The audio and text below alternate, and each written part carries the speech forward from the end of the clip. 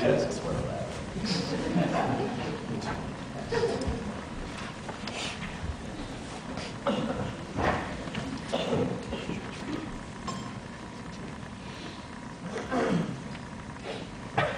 And she doesn't want to press charges.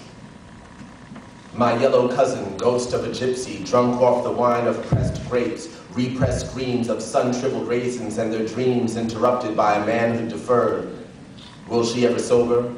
Or will they keep handing her glasses overflowing with the burden of knowing I never knew it would haunt me, the ghost of a little girl in the desolate mansion of my manhood. I'm a man now, and then I remember that I've been charged 1,000,000 volts of change. Will the ghost of that little girl ever meet my little girl? She's 1 now. She must have been 3 then, maybe 4. She's 18 now. I'm 25 now. I must have been 12 then. My mother said he was in his 30s, and she's not pressing charges, although she's been indicted, and I can't blame her. I can't calm her. I want to calm her. I want to call him names, but only mine seems to fit. Come on, let's see if it fits. 2 little boys with the magic marker marked her, and it won't come out. They put it in me. No, we didn't. What are you talking about?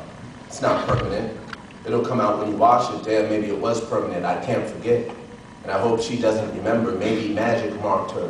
Lord, I hope you don't pull no dead rabbits out of that hat. What's she gonna do then? And what was Mary's story? Story of a little girl with a brother, a couch. She's got a brother, a couch, a sister locked in a bedroom, and a mother on vacation. Lord, don't let her fall asleep. Her brother's got keys to her dreams. He keeps them on a chain that now cuffs his wrists together. Mummy doesn't believe he did it, but he's left footprints on the insides of his sister's eyelids, and they've learned to walk without him and haunt her daily prayers. And if you rub your fingers ever so softly on her inner thigh, she'll stop you, having branded your fingertips with the footprints of her brother, the disbelief of her mother, and her sister who called her a slut for sleeping.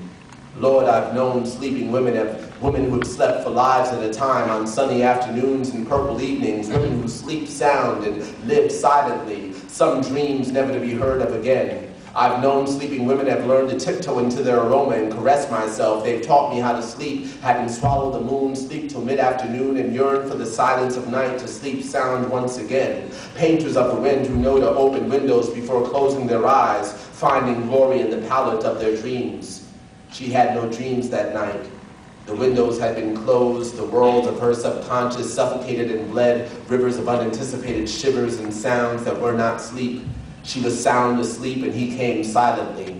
It wasn't the sun in her eyes, nor the noise of children en route to school. She woke to the rays of an ingrown sun fungus that stung more than it burned. A saddened school en route to children who dared to sleep on a couch, exposed to their schizophrenic brother, only to wake with a new personality, one that doesn't trust as much as it used to and wears life jackets into romantic relationships, can't stand the touch of fingertips. Damn, was that marker permanent? I hope she don't press charges. I hope they don't press no more grapes in the wine, because she might get drunk again and fall asleep. Rise and shine, my mother used to say, pulling back the clouds of covers that warmed our night, but the fleshy shadows of that moonless night stored the venom in its fangs to extinguish the sun. Rise and shine, but how can I when I have crusty cloud configurations pasted to my thighs and snow-covered mountains in my memories? They peek into my daily and structure my moments. They hide in the corners of my smile and in the shadows of my laughter. They've stuffed my pillows with the overexposed reels of ABC after-school specials and the feathers of woodpeckers that have bored hollows into the rings of time that now ring my eyes and have stumped the withered trunk of who I am. I must remember. My hands have been tied behind the back of another day. If only I could have them long enough to dig up my feet, which have been planted in the soiled sheets of a harvest that only hate could reap. I keep trying to forget, but I must remember and gather the scattered continents of a self once whole before they plant flags and boundary my destiny. Push down the wooded mountains that blemish a soiled soul before the valleys of my conscience get the best of me. I'll need a passport just to simply reach the rest of me, a vaccination for a lesser God's bleak history.